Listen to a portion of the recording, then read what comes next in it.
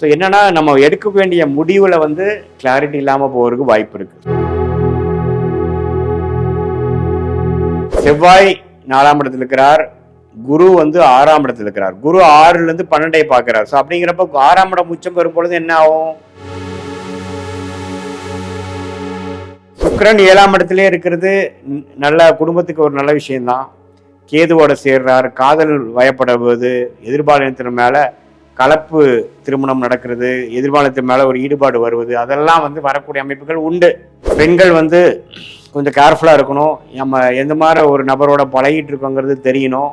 வணக்கம் ப்ரோவாய் பக்தி சேனல் நேயர்களே, நான் உங்கள் அன்பான சயின்டிபிக் வேதிக் அஸ்ட்ராலஜர் அஸ்ட்ரோ அருண்ஜி பேசுகிறேன். ராசி அதிபதியாகிய சனியே பாருங்க, குருவின் பார்வை பெற்றுவிட்டார். என்னதான் குருவின் பார்வை பெற்றாலும் ராசிக்குள்ள ராகுவும் 7ஆம் இடத்துல கேதுவும் இருந்து அவர் குருவின் பார்வையிலிருந்து விலகிட்டார்.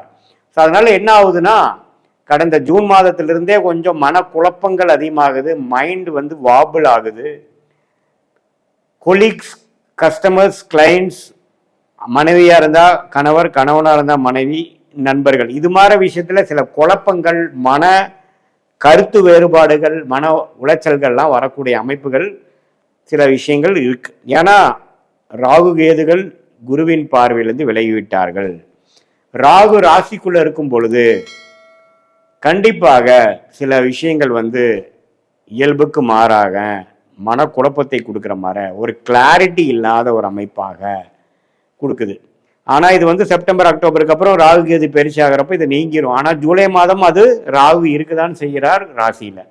ஸோ என்னன்னா நம்ம எடுக்க வேண்டிய முடிவுல வந்து கிளாரிட்டி இல்லாமல் போகிறதுக்கு வாய்ப்பு இருக்கு. ஸோ இந்த மாதிரி மாதத்துல நம்ம அதிகமான அவசரப்பட்டு முடிவெடுக்கிறது, ஒருத்தங்களை பற்றி ஜட்ஜ் பண்ணுறது, வாய்க்கு வந்த மாதிரி பேசுறது, கண்ட்ரோலே இல்லாமல் செயல்படுது, அதெல்லாம் இல்லாமல் ஓரளவுக்கு நம்ம கண்ட்ரோலாக இருக்கும்போது கண்டிப்பாக இந்த மாதத்தில் ஒரு பெரிய சேதாரம் பிரச்சனை இல்லாமல் வந்துடலாம். ஆனால் நீங்கள் ஃப்ரீ ஃப்ளோயிங்காக என்ன நினைக்கிறோமோ அதுதான் நடக்க போகுதுங்கிற மாதிரி நம்ம கான்ஃபிடென்ட்டாக கால்குலேஷன் மிஸ் ஆகிற மாதிரி நீங்கள் நடந்துக்கிட்டீங்கன்னா கண்டிப்பாக சில பிரச்சனைகள் வரக்கூடிய அமைப்புகள் இருக்குது.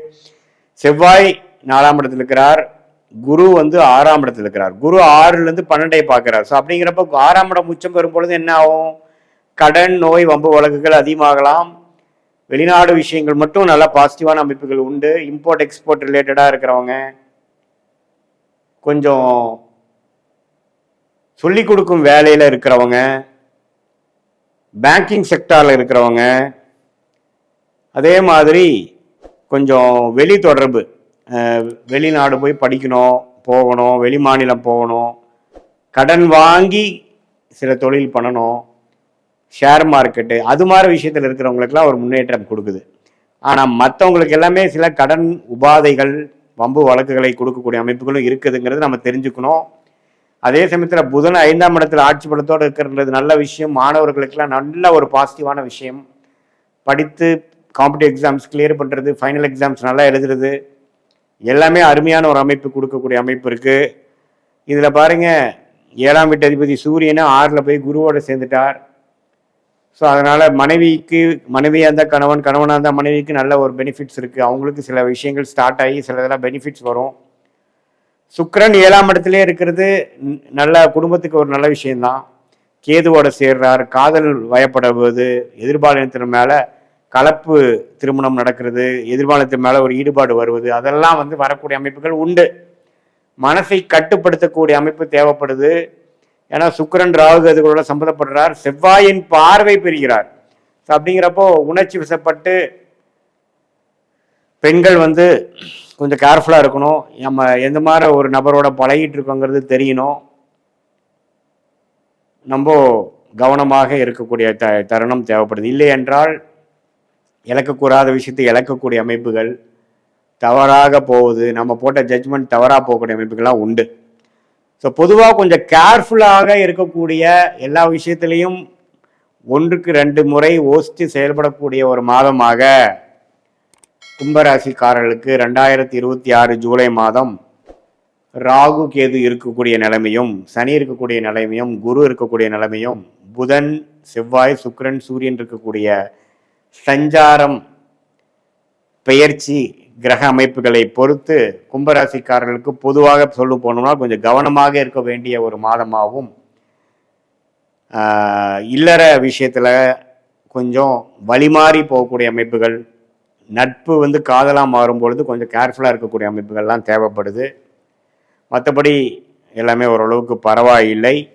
இது பொதுவான பலனே தவிர உங்களுடைய ஜென்ம ஜாதகத்தில் எப்படி இருக்குது, நீங்கள் எந்த தேதி எந்த நேரத்தில் பிறந்தீங்க, எந்த ஊரில் பிறந்தீங்க அப்படிங்கிறதெல்லாம் நம்ம பார்த்து நம்மளுடைய 18 வருஷம் அனுபவம் சயின்டிஃபிக் வேதிக் அஸ்ட்ராலஜி முறையில் பார்க்கும் பொழுது நீங்கள் சதய நட்சத்திரத்தில் பிறந்தீங்களா, புரட்டாதி நட்சத்திரத்தில் பிறந்தீங்களா, அல்லது அவிட்ட நட்சத்திரத்தில் பிறந்தீங்களாமெல்லாம் கருத்தில் கொண்டு அடுத்து வரக்கூடிய தசாபுக்திகள் எப்படி இருக்குது, எந்த நேரத்தில் எது நடக்கும், எப்போ வெற்றி அடைவோம், எப்போ பொறுமையாக இருக்க வேண்டிய தருணங்கள் இருக்குது, வேலை மாற்றங்கள் எப்போ, தொழில் முன்னேற்றங்கள் எப்போ, கடன் அடைவது எப்போ, கல்யாணம் எப்போ, குழந்தை பேர் எப்போ, உடல் கோளாறுகள்லேருந்து வீடுகட்டு ஹெல்த்தியான லைஃப் ஸ்டைலுக்கு எப்போ வருவோம், வெளிநாடா உள்நாடா, கார்ப்பரேட் லைஃபா, ப்ரைவேட் செக்டாரா அல்லது கவர்மெண்ட் செக்டாரா, எது நமக்கு உகந்ததாக இருக்கிறது, எந்த துறை நமக்கு நல்லா இருக்குது, மீடியா துறையா, கம்ப்யூட்டர் துறையா, ஐடியா, சாஃப்ட்வேரா, அக்கௌண்ட்ஸா, அல்லது டிராவலிங், ஹோட்டல், இப்போ நிறைய துறைகள் இருக்கு இல்லைங்களா, அதில் எந்த கிரகம் நமக்கு வலுத்திருக்கு, எது மாதிரி காம்பினேஷனில் எது மாதிரி துறை நமக்கு காட்டுது அப்படிங்கிறதெல்லாம் ஓரளவுக்கு நல்லா நம்ம யோசித்து பார்க்கும் பொழுது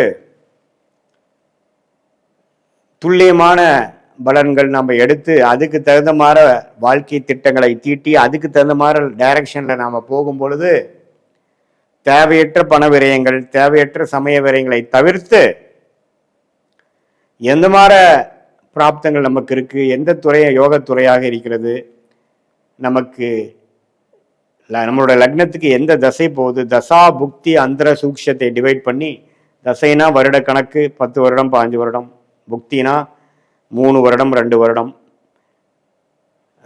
அந்தரம்னா 6 மாதம் 7 மாதம் வார, சூக்ஷம்னா வாரக்கணக்கு, இதெல்லாம் அடுத்து வரக்கூடிய நாட்கள் எப்படி இருக்குங்கிறதெல்லாம் கணித்து உங்களுக்கு முன்னாடி இருக்கக்கூடிய சாய்ஸில் எந்த சாய்ஸ் எடுக்கிறது நல்லது, எந்த சாய்ஸ் நமக்கு வேண்டாம். ஏன்னா நம்ம 1000 வருஷம் வாழ போகிறது இல்லை, ஒரு 70-80 வருஷம் வாழும் பொழுது நம்மளுடைய வேலை தொழிலுக்காக ஒரு 30-35 வருஷம் ப்ரைம் டைமாக நம்ம ஸ்பெண்ட் பண்ணும் பொழுது ஒரு தவறுகளுக்கும் நம்ம விலையை கொடுக்கக்கூடிய, காலத்தை கொடுக்கக்கூடிய, பணத்தை விரயம் பண்ணக்கூடிய அமைப்பு இருக்கிறதுனால இப்போ இருக்கிற காம்படிட்டிவான வேர்ல்டு ஃபினான்ஷியல் வர்த்தக உலகத்தில் ஒரு முடிவும் கரெக்டாக எடுக்க வேண்டிய ஒரு தருணத்தில் நம்ம வாழும்போது